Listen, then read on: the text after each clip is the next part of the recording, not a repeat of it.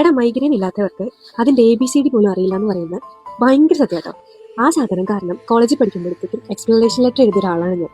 നമ്മളെ നഴ്സുമാർക്ക് എന്ത് അസുഖം വന്നാലും പേഷ്യന്റ് കെയറിന്റെ കാര്യത്തിൽ ഒരിക്കലും കോംപ്രമൈസ് ചെയ്യാൻ പറ്റില്ല.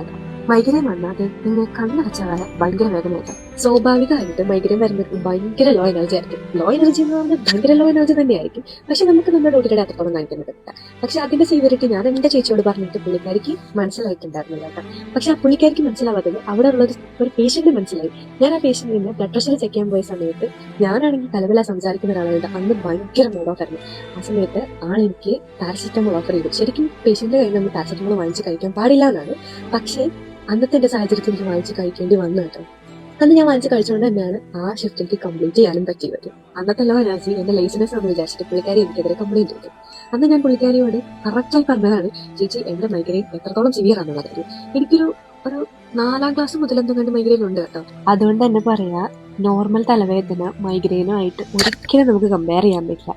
ചില നേരത്ത് പെയിൻ കില്ലേഴ്സ് പോലും വർക്ക് ആവാത്ത സാഹചര്യങ്ങളുണ്ട് കേട്ടോ.